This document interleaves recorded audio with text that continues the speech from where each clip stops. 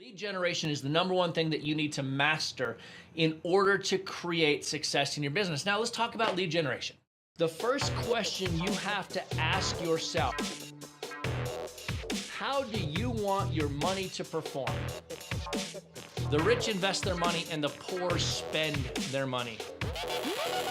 There are simple things that you can do that set you up for success.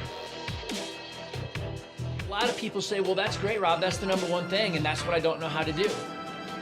I don't know how to do it. Well, okay, figure it out.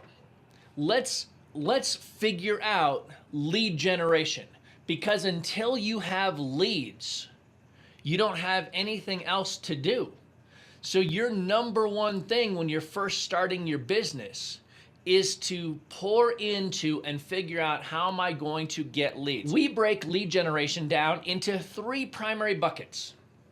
And this is an important thing from context for you as a real estate investor to start to understand and say, how can I generate leads on a consistent basis in my business? Number one, we go after what we call from the field leads.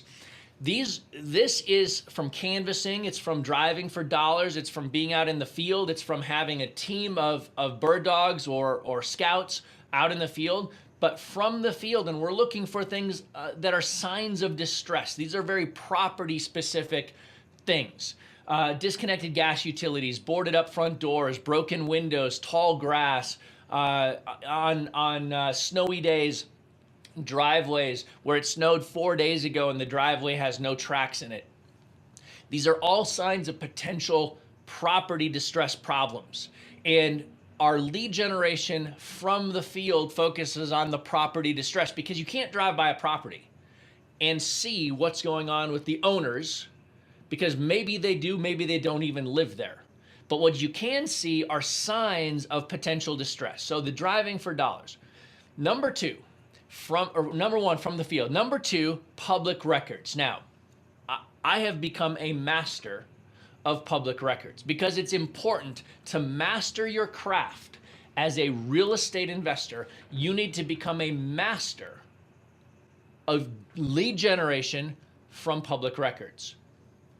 Now, public records means you're going to go into the public domain and you're going to use various services and software and products that aggregate and pull, or you're going to go direct to the public record source and get these leads and aggregate them and start to build lists based on public records. And the third thing that you're going to do is what we call specialty list building. You're going to build specialty lists. These are your code violations, your eviction lists, your foreclosure notice of default late. These are lists that you have to go figure out how to get, because most jurisdictions are different and the way you get access to them varies. So from the field, public records, and third, specialty lists. Then what you do is you start to build and stack these things together.